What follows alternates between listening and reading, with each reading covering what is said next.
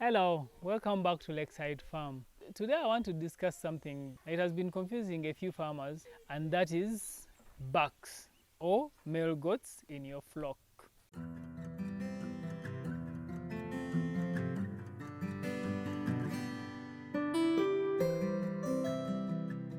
Now, someone was asking me recently, if you buy a buck and it serves the mothers and they give birth, are you now going to get rid of that buck and buy another buck? That was their question. And they followed up with another question.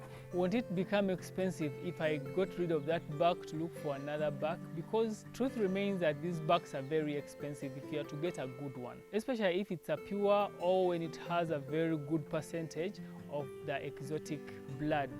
So what do we do here? For us, this is what we've done here. We are still on a smaller land and our flock is still one. So this flock contains mothers and babies. So what we did, we had a buck which is a boa, and that boa has lots of kids here. They reached a time when these kids were also ready to start conceiving and giving birth. And we realized that if we leave that buck to continue serving, it will end up serving its children. And that is the very beginning of inbreeding. So what did we do? We decided to build an enclosure where we put that boa buck. It stays in there, it doesn't leave. Yes, it still can serve, it's very good, it still has its energy, it can serve when we need it to serve. But we can't let it run around because it has daughters here, and if we let it serve them, it will cause inbreeding. So we put it aside and decided to go for a savanna.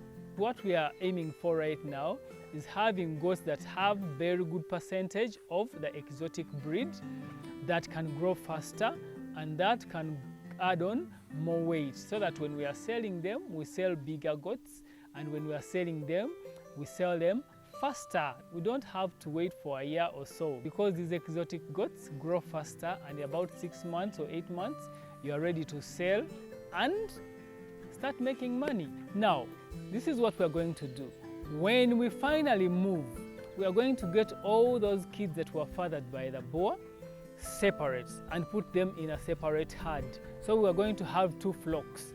We'll have the mother flock and the kids flock. But then we know that all the kids that we have separated belong to the boa. And then this savanna will be with those kids.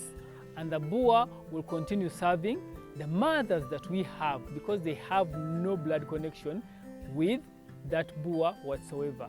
And now that it's the savanna serving, it's easy for us because we did natural synchronization.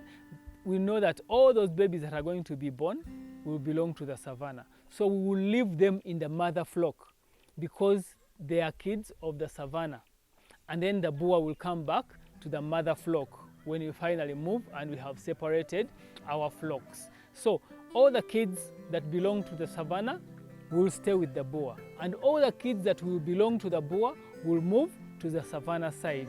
So that helps you not to sell your buck when it still has energy to serve, and it also helps you to keep your buck for some good time, because if you're going to keep disposing off and buying, it takes quite a lot of money, and at times you cannot find someone who is willing to buy this buck at the same amount of money that you bought it.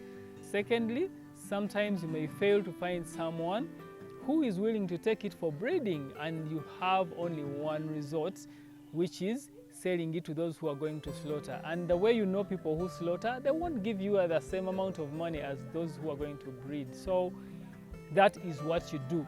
Now, there's another thing that people don't know, or that people have not tried. It's okay for goats to mate with their grandfather, in that if the savanna mates or serves goats and they give birth, and I take away these kids and put them with the boa, when the boa serves them and they give birth, it's okay now for me to get those kids and bring them back to the savanna. There I have broken the close relationship that can lead to inbreeding. That will not be inbreeding. So that is what you can do in order not to sell your male early. Inbreeding usually affects you when goats are closely related. That is, you get a father to mate with a daughter. That is wrong. Or you get a brother to mate with a sister. That is wrong. And when you get a sister to mate with a brother, still that is wrong. So all you have to do is, if you have a buck here and another buck here, whatever kids that are born from here, you can bring them back here. And whatever kids that are born from here, you can bring them back to this side. And that helps you to break the cycle of inbreeding, and also helps you not to get rid of your buck before it actually brings your money back. All you have to do is to make sure these two flocks don't mix. And the best way you can do this is by tagging the goat's ears. We haven't tagged yet because we were still growing, we were still trying to learn this and that. But like we told you, we are moving very soon.